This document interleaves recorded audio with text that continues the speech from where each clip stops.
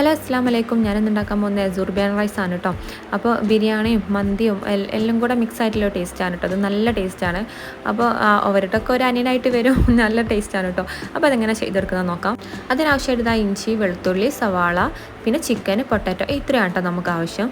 First നമുക്ക് സവാള ഒന്ന് ഫ്രൈ ചെയ്തെടുക്കുക. അതിനാവശ്യമായിട്ട് ഒരു പാനിലോട്ട് ഓയിൽ വെച്ച് കൊടുക്കുക. അതിനുശേഷം സവാള ഇട്ട് കൊടുക്കുക.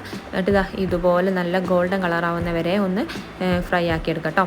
2-3 ബാച്ചാക്കി ചെയ്യാം. എന്നിട്ട് നമുക്ക് കുറച്ച് ഓയിൽ മാറ്റി വെക്കാം. ബാക്കിയുള്ള ഓയിൽ ഒരു പോട്ടിലോട്ട് ഒഴിച്ച് കൊടുത്തിട്ട് കുറച്ച് ഗീയും കൂടെ ചേർത്ത് കൊടുക്കുക. എന്നിട്ട് ചിക്കനും പൊട്ടാറ്റോയും കൂടെ ഇട്ടിട്ട് ചിക്കൻ ഒരു വൈറ്റ് കളറാവുന്ന വരെ ഒന്ന് കുക്കാക്കി എടുക്കുക കേട്ടോ. അതിനുശേഷം ഉപ്പിട്ട് കൊടുക്കാം. മാഗി ക്യൂബ് ഉണ്ടെങ്കിൽ ഈ ഒരു ടൈമിന് ചേർത്ത് കൊടുക്കുക കേട്ടോ.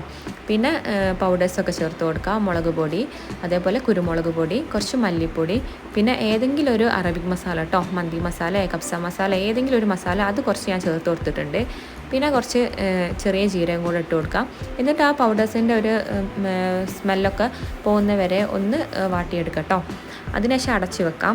എന്നിട്ട് നമുക്ക് ഫ്രൈ ചെയ്ത സവാളയും ഇഞ്ചിയും അതേപോലെ വെളുത്തുള്ളി, കുറച്ച് തൈരും കൂടെ ചേർത്തിട്ട് ഇതുപോലെ പേസ്റ്റാക്കി എടുക്കാം കേട്ടോ.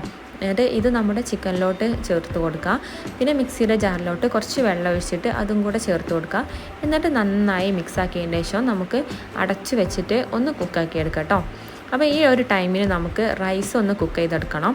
അതിന് ഞാനിവിടെ ബസ്മതി റൈസ് ആട്ടോ എടുത്തേക്കുന്നത്. അത് ഞാൻ കുറച്ച് നേരം കുതിരാൻ വെച്ചിട്ടുണ്ടായിരുന്നു കേട്ടോ. പിന്നെ ഏലക്കായ, പട്ട, ഉപ്പ് ഇത്രയും ചേർത്തിട്ടാണ് ഞാൻ റൈസ് കുക്കാക്കിയെടുത്ത്. അത് നല്ലോണം വെള്ളം ഒഴിച്ചിട്ട് തന്നെ റൈസ് കുക്കാക്കിയെടുക്കാം. പിന്നെ നമ്മളെ ബിരിയാണിയൊക്കെ ദം ചെയ്യുന്നത് പോലെ തന്നെ ചിക്കൻ്റെ മുകളിൽ റൈസ് ഇട്ട് കൊടുക്കുക. കുറച്ച് ഓയിൽ ഒഴിക്കുക. പിന്നെ നമ്മൾ ഫ്രൈ ചെയ്ത കുറച്ച് സവാള ഇട്ട് കൊടുക്കുക.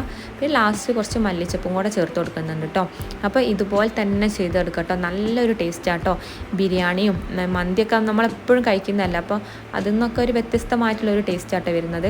അപ്പോൾ എല്ലാവരും ഒന്ന് ട്രൈ ചെയ്ത് നോക്കുക. പിന്നെ എൻ്റെ വീഡിയോസൊക്കെ ഇഷ്ടമാണെന്ന് വെച്ചാൽ എല്ലാവരും ലൈക്ക് ചെയ്യുക, ഷെയർ ചെയ്യുക, സബ്സ്ക്രൈബ് ചെയ്യാതാണ് വീഡിയോസ് കാണണമെങ്കിൽ ഒന്ന് സബ്സ്ക്രൈബ് ചെയ്യുക, ഒന്ന് സപ്പോർട്ട് ചെയ്യുക കേട്ടോ.